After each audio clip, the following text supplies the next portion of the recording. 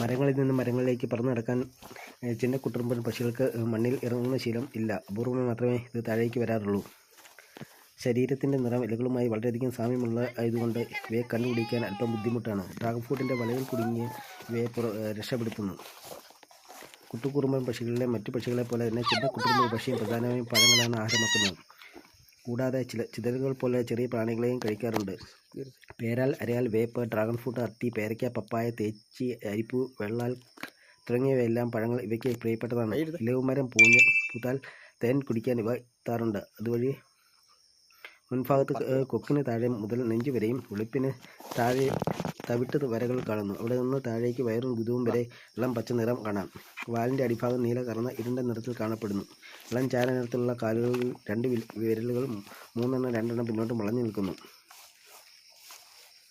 19 മുതൽ 25 സെന്റിമീറ്റർ നീളം വരുന്ന ചിന്നക്കുട്ടുകുറുമ്പൻ അഥവാ പച്ചിലക്കുടുക്ക പക്ഷികളുടെ ശരീരത്തിന് 70 മുതൽ 90% വരെ ഭാരം കാണും. ശരീരത്തിൽ പ്രധാനമായും പച്ച നിറമാണ്. വലയിൽ നിന്നും രക്ഷപ്പെടുത്തി വിടുന്ന വീഡിയോ ആണ് ഇത്. പ്രധാനമായും തവിട്ട് നിറമാണ്.